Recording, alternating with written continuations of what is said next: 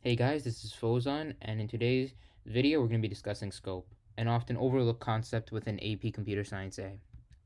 Our lesson objectives: learn about why programmers need to keep scope in mind when programming or coding, and learn how to utilize the this keyword. The this keyword is a word that the Java compiler can interpret, and we could use it for our advantage. So, what is scope? Scope, in regards to variables, is a certain region or block of code where the variable is accessible. So, there are going to be certain parts of your program where certain variables cannot be accessed. In that regard, you could say that the variable is out of scope, meaning that it's not able to be accessed. Whereas if you are in a region of code where the variable is accessible, you could say that the variable is in scope in that region. It's in the scope of that region. So let me provide you an example of scope in a class. So particularly with private instance variables, the scope is within the class itself. It does not extend beyond that.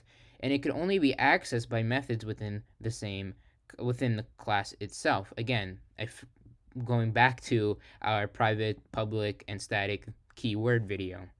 So even private methods for that matter, can only be accessed by methods within the same class. And this extends with private instance variables. So only methods within this class can access um, these instance variables. So we have the constructor that accesses them, and we have the accessor method that accesses, well, and returns it to another user.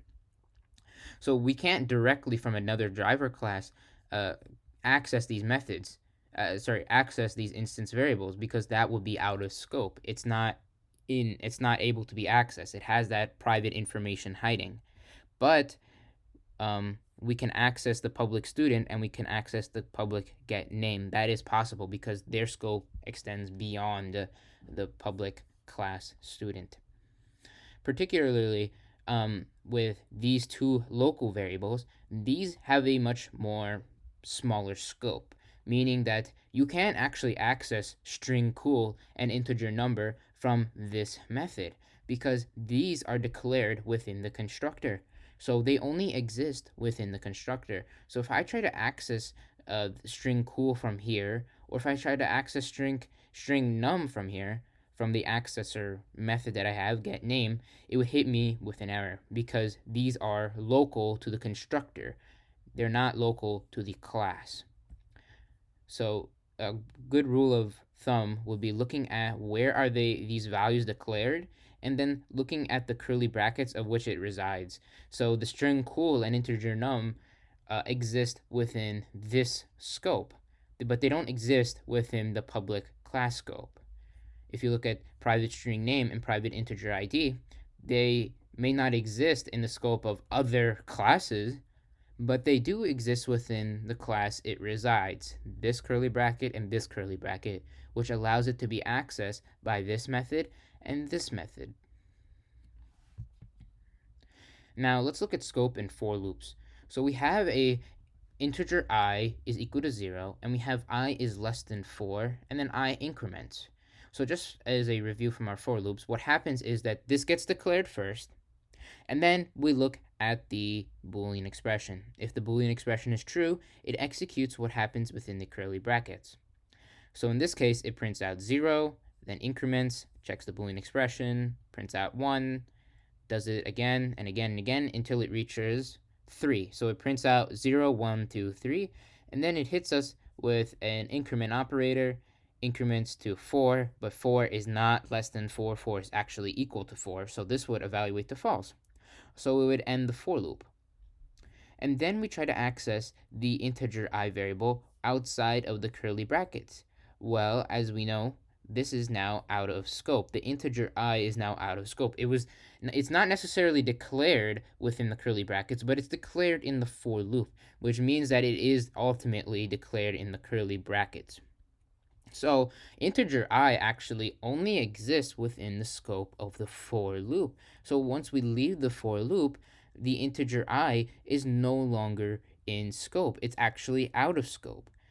So it will hit us with an error. Now, if you were trying to compile this program, it would hit you with an error from the get-go.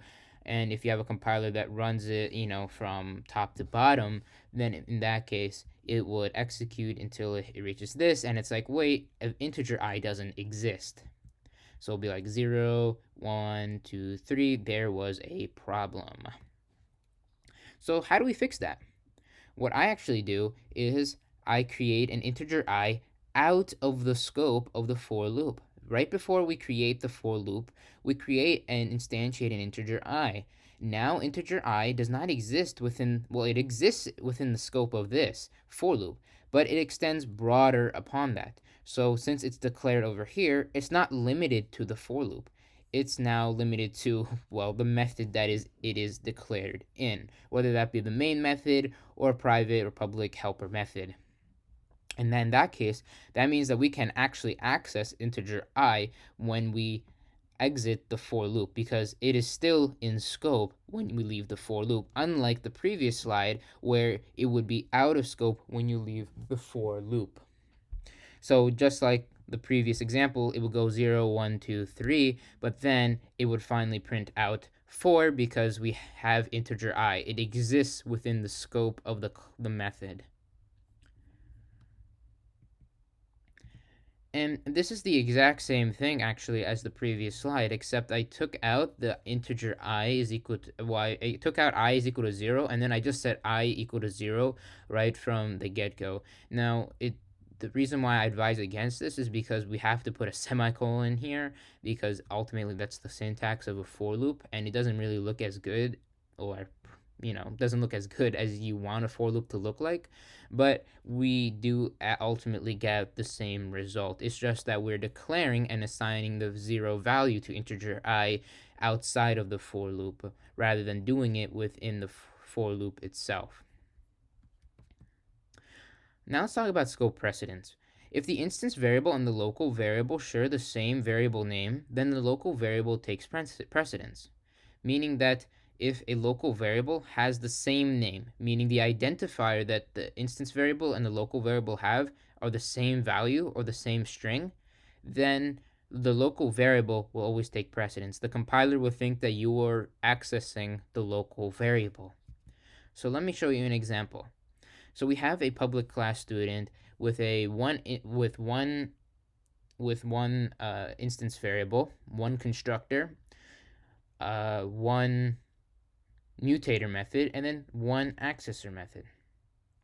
And I try to go simple with the constructor with a variable name that is not the same as the instance variable. So we have an integer a, and integer a will be the value that is assigned to ID. So we have our demo class, and within our demo class we have a main method that gets invoked, and we declare a student. Stud is equal to new student 420. So what happens? It allocates some memory for a student object and then creates a new student object with the value 420. So 420 gets sent into this constructor. Integer a becomes equal to 420. And then the constructor gets executed. ID is equal to a. So now we have an ID that is equal to 420. Now let's look at the second statement. Stud set ID, and then we have in parentheses 500. So we're accessing the mutator method of the student class. So we set 500 and we go here. We have an integer ID, and integer ID will get the value that we put in the arguments, 500. So integer ID is equal to 500. Now we have an ID is equal to ID. Now, if you've noticed, the value that we have in our arguments is the same as the value that the same identifier that we use as the instance variable. So we basically have ID equal to ID. Now our reasoning for this when we're constructing this program is to actually update the student instance variable. We want to update this value because this is a mutator method and we want to change the state of our object. So ID, well, our reasoning for this is ID is equal to the ID over here. This is on its own a local variable, meaning that it doesn't get accessed. This version of ID cannot be accessed by this constructor, nor can it be accessed by this. This is actually accessing the instance variable over here. It's not accessing the ID over here. So in this regard, the compiler thinks that you're trying to access the local variable twice. It thinks that you want to basically get the local variable and set it equal to the local variable, the value of the local variable already. So what happens when you access it through the accessor method and then print out the value of ID? Our value is still the same, because ultimately this method is useless. We don't do anything with this method. This method doesn't accomplish anything, because the compiler thinks that the local variable ID is simply being accessed here, and we get it, and then we set the value that we already have set for our argument and set it equal to that. It doesn't ever invoke this private instance variable.